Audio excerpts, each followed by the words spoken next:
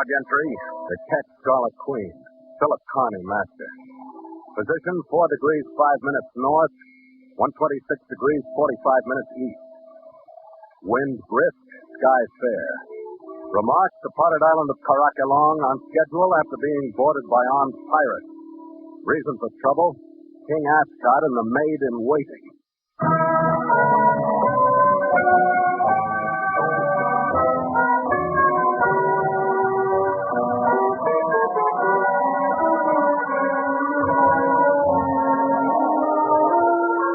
It was toward noon, during the best the tropics has to offer in fresh, sun-drenched mornings, that we raised the peaked outline of Caracolong to our starboard and stood in toward Bio Bay.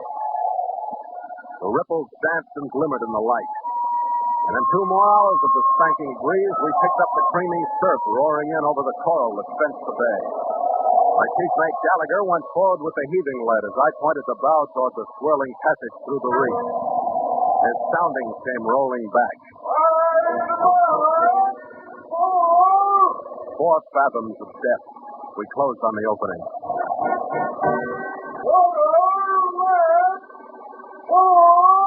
But shallowing to less as the swell beneath us humped and got ready to break.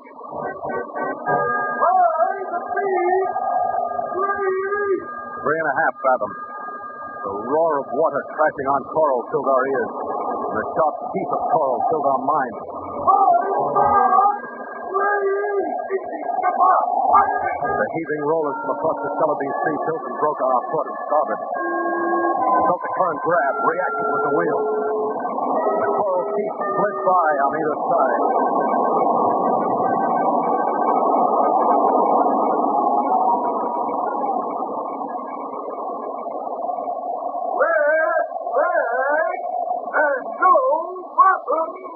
More than 17 fathoms of crystal quiet water beneath us, and I took time to look up from my work. The island in front of us was like a backdrop for a technicolor version of the more idyllic scenes in Mutiny on the Bounty.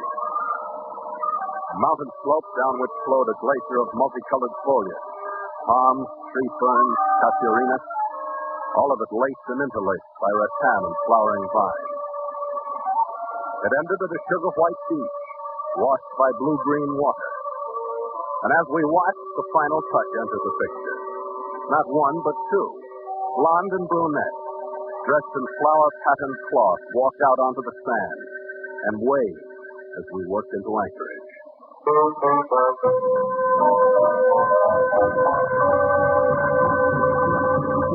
So Mutual continues The Voyage of the Scarlet Queen, written by Gil Dowd and Bob Tallman, and starring Elliott Lewis.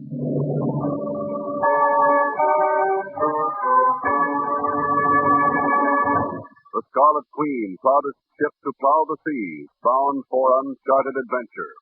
Every week a complete entry in the log, and every week a league further in the strange voyage of the Scarlet Queen.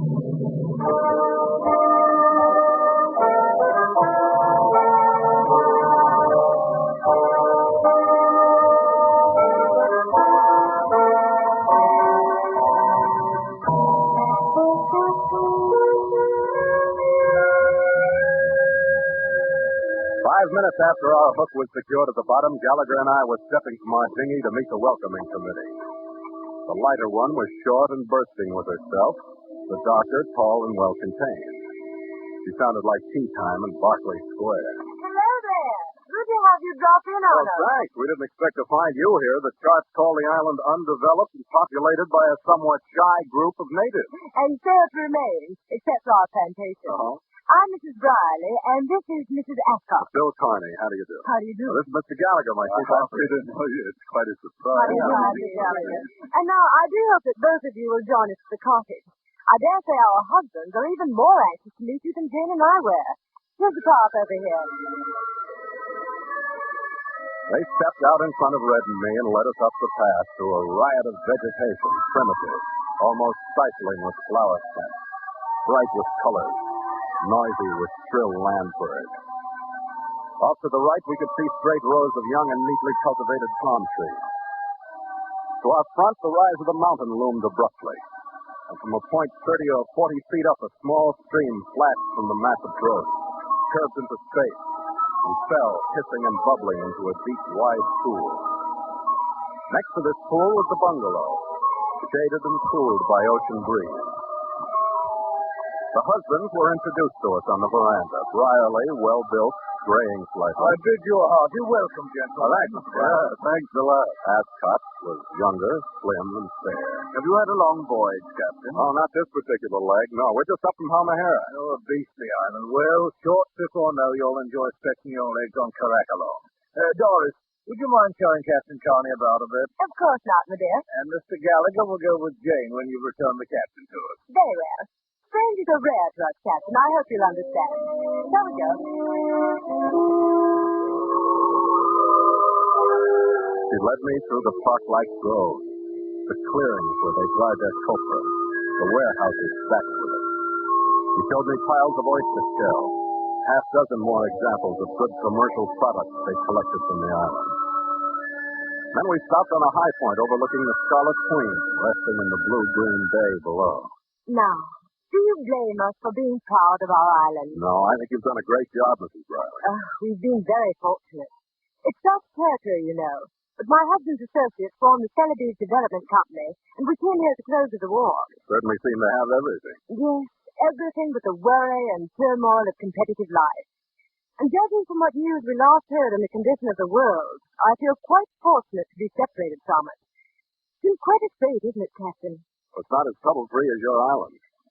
There was talk even in Macassar of a battle over short or long hemlines. Hemlines, really?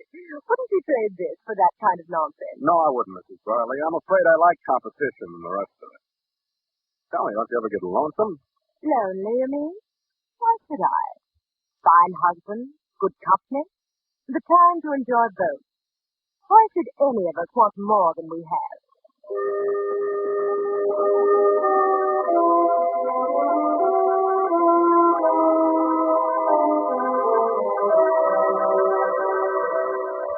By the time 3 days had passed, Red and I were almost ready to agree with her. Our sailing orders were to wait in the bay until one of Tang's luggers arrived. This kind of relaxation was made to order for us after the last few weeks of short trips and troubled port. We soaked up sunshine and rest. And every night when we returned to the Queen, we agreed that the Brierlys and the Ascots were the most gracious hosts we'd met since Singapore. We called it paradise at least once a day. I was a little disappointed when the first thin wrapping fell off. I was alone in my cabin when Mr. Kingsley Ascot paid me a visit. He browsed through some English-language newspapers and suddenly came to the point. Carney, I hope you won't think me blunt. Your arrival here was the most unfortunate thing that could have happened. I think you're being plenty blunt, King. What are you driving at? You and your shipper are the first link we've had with the outside world for over 10 months. What are you going to say? I don't know. But we can stay aboard ship from now on if that'll help. We didn't push ourselves into your company, you know. Oh, no, it isn't that. Where are you going from here? I don't know. Why? Carney, would it be possible to arrange passage to some port? Any port with regular steamer connections? What? You've been as proud of your paradise as the rest, King. What goes? I'm sorry. Look, I'm sailing under charter orders and I can't take any passengers. Well, I had to ask you. Not a chance? Not even a slim one, King. I'm sorry. I see. Carney, be sure that you don't by word or look indicate to Jane or the Brierlys I talk to you this way. Your promise, Carney? Yeah, sure, King. I like you all too well to mess things up. I just hope you can settle down again. Huh. Yes, I suppose I can. I've been settled for a good many months. Well, thanks anyway, Carney. I'll meet you in the morning. Thought we might just fish a bit from the reef at ebb tide. Sounds great. I'll be in early.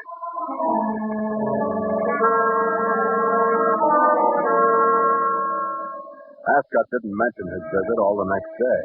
Once again, the island was an unmarred paradise. But that night brought another evasive visitor to my cabin on the Scarlet Queen. The next one to browse through the newspapers and then look up suddenly was Edward Brierly. By Jove, Connie, I'm so glad you dropped in on us. It's really been a lark having you.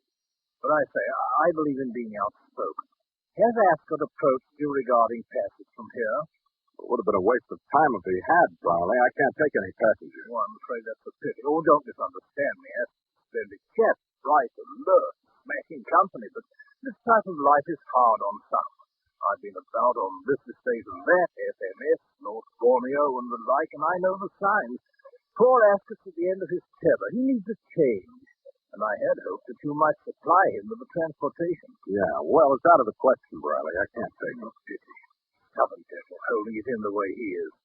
But, Connie, I must be sure of one thing. Say nothing to anyone about my visit.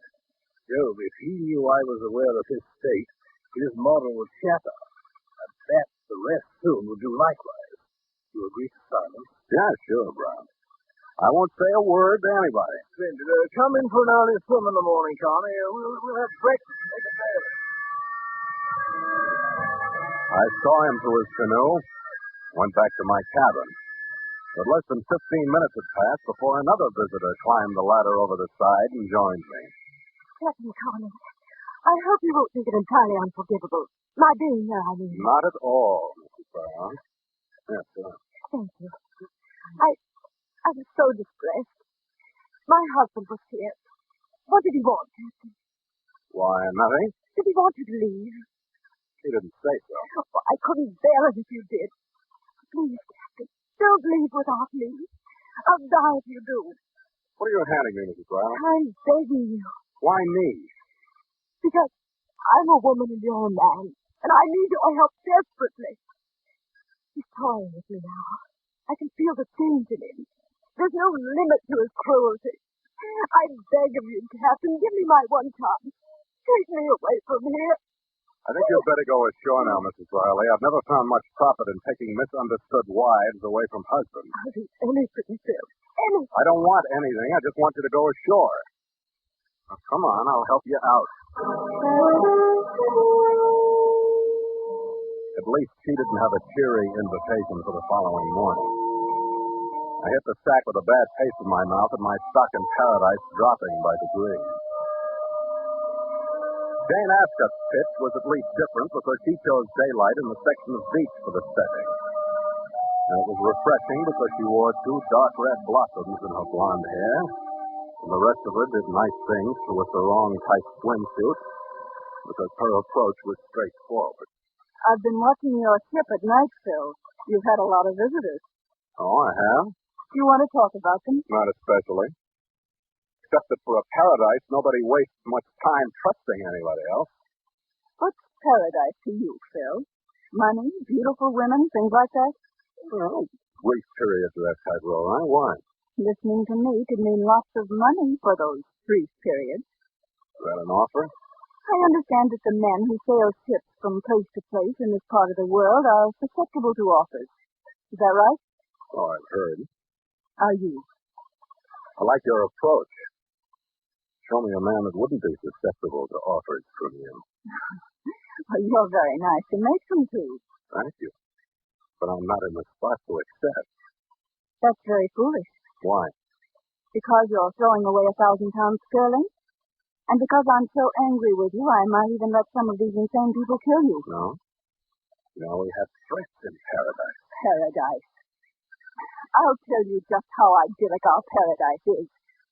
Did you know that my husband and Doris Brierly are in love? You're really broken up about it, aren't you? They've been meeting under the tropic moon almost every night for months.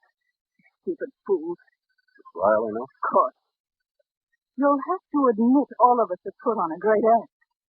Brierly and I have given them complete freedom. And the idiots don't even realize we have given it to them. Sounds like a pleasant way to live. It's rotten. But we've had a reason. They want to go away together. And we want them to go. So you and Brierly can play games? Oh, not for any emotional reasons, Phil. When they disappear, as far as the world is concerned, every shilling of the Celebes Development Company's funds would disappear too. Some 10,000 pounds by now. Huh. which you and Brierly could then pocket, huh? Now, your stupid refusal to take passengers has ruined our scheme. Well, I'm sorry I'm spoiling the deal. Such a pretty one. Don't worry, Phil. I'm sure another possibility will present itself.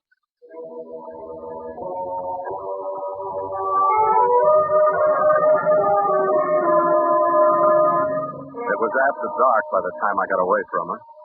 I rode back to the ship and poured a couple of stiff drinks.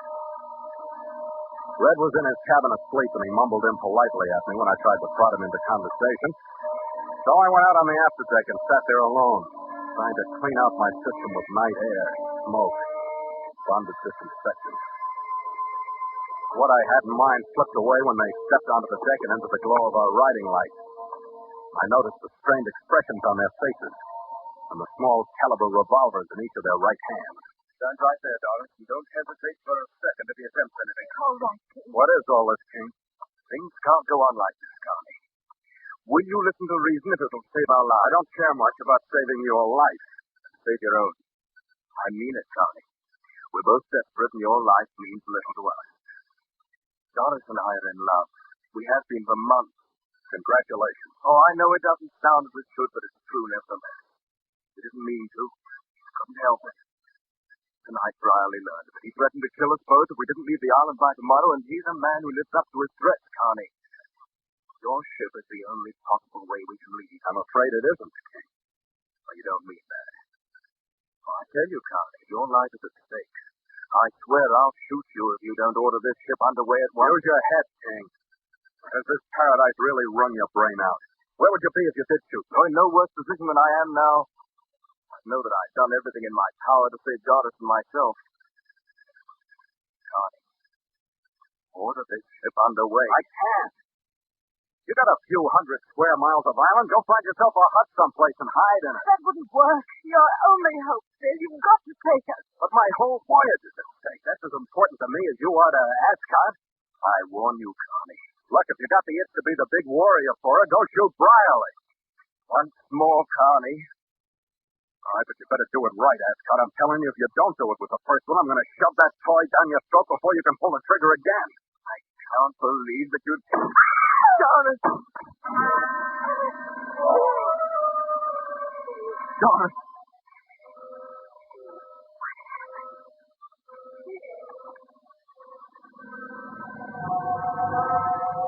Doris crumpled to the deck, raised her head loosely as King ran to kneel beside her.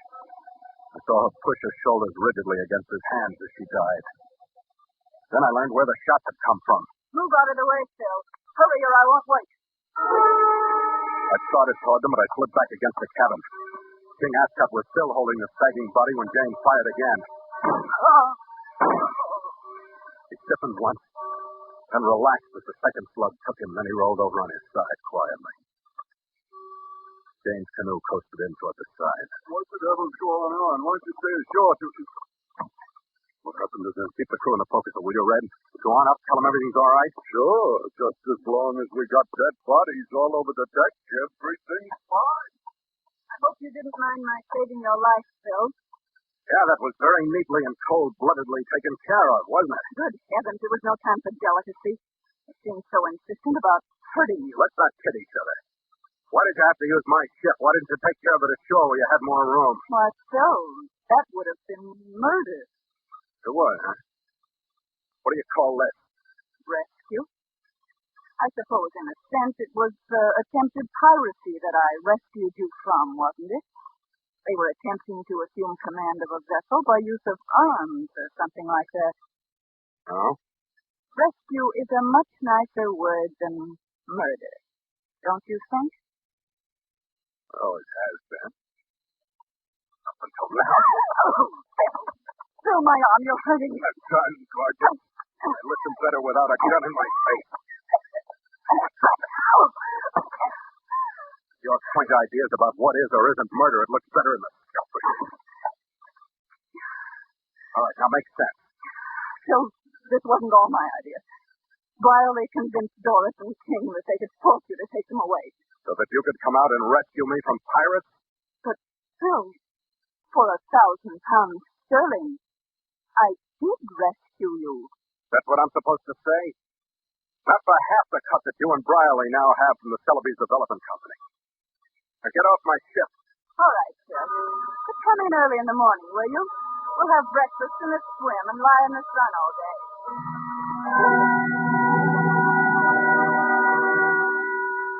After she left, I wondered how she'd explain to Briley my lack of interest in the payoff. Just about the time she should have been facing him with the fact, two evenly separated, well-placed shots echoed out from the island. We never did go ashore again. Just before dawn, a native canoe arrived to take the deceased pirates ashore. We moved out beyond the reef, radioed a full report to the Dutch officials. Later that morning, Kang's lugger arrived with our sailing orders, and we headed out across the Celebes Sea. Stand by to make sail!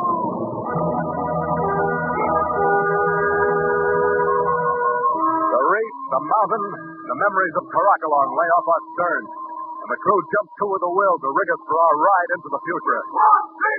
Make sail! The mainsail boomed into its job. The ship ran up. Then the mizzen. And the Scarlet Queen winced under the pull, settled under the help I gave her from the helm, and then charged forward, slashing the rolling swells with her bow and leaving them turned and flattened in her wake. Civilian support her anymore? No, she'll do, Red. Hey, Skipper, those two shots we heard have still got me. Maybe we should have gone ashore to take a look-see. Oh, no. There might have been two more for each of us. Yeah, you can't help but wonder, though. Who do you think got us? That's pretty much of a toss-up. I think it must have been Briley. Well, how do you figure? Very simple, Red. With all her faults, the girl was very fond of me. At least she didn't kill you. Yeah, there's that, if you must have proof. Besides, she invited me to breakfast. And I'm sure she wouldn't break that date just to die. Why, no. Even I wouldn't do that. Of course, those slugs could have been going the other way. Or even both ways. Don't worry about it. Drink, Skipper. But it does pique a man's curiosity, Red. I wonder... Oh, well. After you, mate. After you.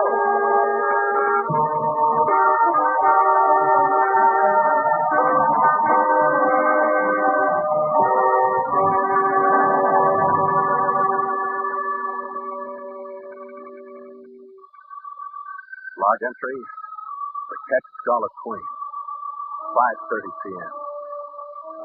Miles traveled from San Francisco, 20,433. Wind brisk, sky overcast. Mainsail reached, ship secure for night. Signed, Philip Carney, Master.